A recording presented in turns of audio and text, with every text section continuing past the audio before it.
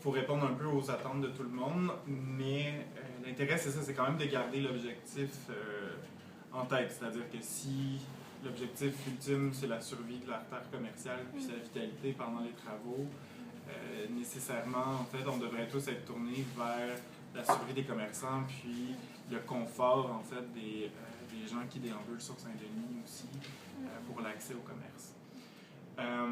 Quand on parle d'un chantier sur une rue commerciale, qui sont plus les chantiers jusqu'à maintenant sur lesquels on a été amenés à travailler, les commerçants puis les clients, ou du moins les consommateurs qui déambulent sur la rue, c'est vraiment les deux plus grandes parties prenantes, là, ou les acteurs qui vont être les plus impliqués.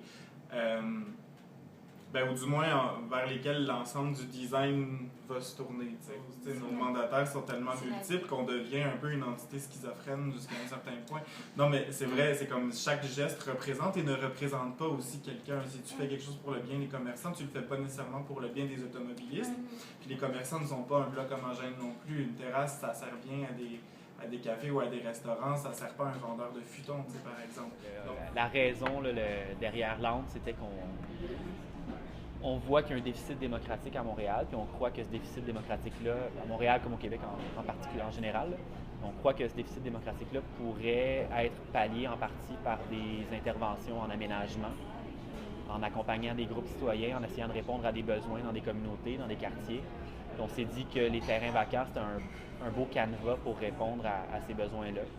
Nous, notre pratique, elle est tributaire d'une mobilisation citoyenne. C'est pas l'ANDE qui initie les projets. L'ANDE accompagne des groupes qui veulent, eux, initier les projets. Toutefois,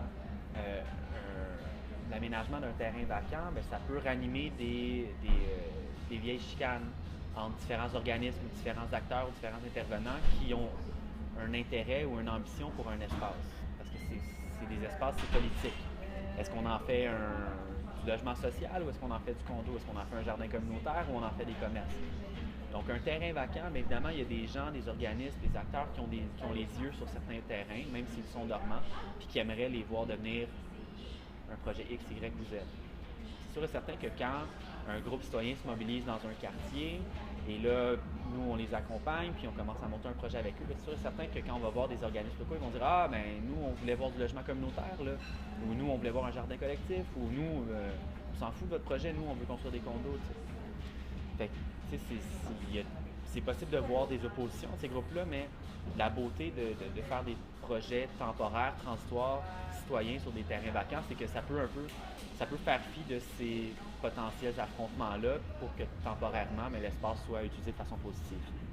Mais je pense que c'est la réussite du projet, en fait. Le projet, il tient beaucoup là dans le cadre. Si on reprend, mettons, le cas de commerçants qui sont plus ou moins bien informés du fait qu'une terrasse se pose directement devant chez eux du jour au lendemain, qui n'ont pas eu l'occasion de s'exprimer, qui n'ont pas eu l'occasion non plus de dire ben moi ça répond plus ou moins à mes besoins, ou ça répond, dans quelle mesure ça répond au mien ou pas. C'est fâchant en fait. C'est fâchant, puis le projet en est. L'idée a beau être géniale, dans son détail ou dans ses subtilités, il ne va pas être aussi bien achevé que si on avait vraiment demander quels sont les besoins des gens qui sont déjà sur le milieu, puis pour qui on est censé faire ce projet-là. Donc ça, c'est super important. Et non seulement, ensuite, ça transparaît en termes d'acceptabilité sociale, ne serait-ce que dans les médias ou sur les plateformes ou les réseaux sociaux. Le projet est moins démoli, ou du moins aussi, il va être plus investi symboliquement, que ce soit dans la presse ou comme sur les réseaux sociaux, mais ça donne aussi envie d'aller visiter cet endroit-là, donc il y a un effet boule de neige qui se crée. Donc je pense que c'est quand même garant du projet, ne serait-ce que d'avoir une certaine transparence, puis ça montre aussi une forme de professionnalisme de la part des aménagistes aussi, de façon générale, qui ont pensé à ce projet-là.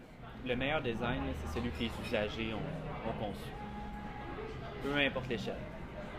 C'est toujours le meilleur design, c'est celui que les usagers ont imaginé. Parce que c'est eux qui connaissent leurs besoins.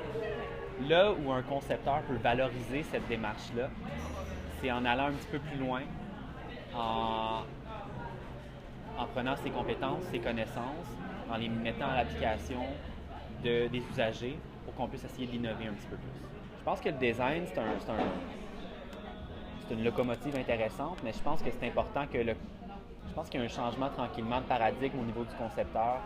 C'est pas pour rien que, autant à l'international que dans le monde, le concepteur est de plus en plus axé vers la co-création, vers la participation citoyenne, vers la démocratisation du processus de design. C'est parce que, ultimement, tranquillement, le concepteur est en train de passer d'un concepteur unique à un facilitateur vers la co-création.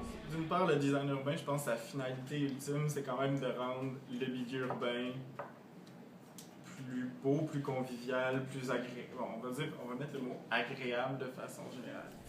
Mais pour moi, le design urbain, c'est une rencontre entre différentes pratiques, autant en aménagement, donc je pourrais nommer l'architecture, l'urbanisme, l'architecture de paysage, mais aussi l'anthropologie, la sociologie, même des métiers, de domaine culturel ou artistique.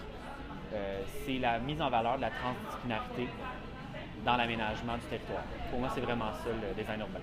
Ben, il y en a des initiatives qui sont guérilla, qui sont illicites et qui sont viables, mais il y en a beaucoup qui sont instrumentalisées, qui sont institutionnalisées, puis qui rapidement deviennent qui sont réappropriées soit par les élus, soit par l'arrondissement, ou par la ville. Puis on dit, regardez, nos citoyens sont cool, ils ont fait ça. Mais tu sais, quand à l'origine, c'était quelque chose d'illégal. Le champ des possibles, le manche-trottoir, les ruelles vertes. Est-ce que ça serait une peur pour Londres qu'à un moment donné, d'une certaine manière, il y ait une réappropriation, que ça vienne comme un branding? Ben non, let's go.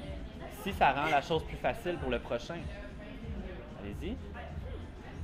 L'objectif, c'est que les résidentes puissent faire des projets sur des terrains vacants.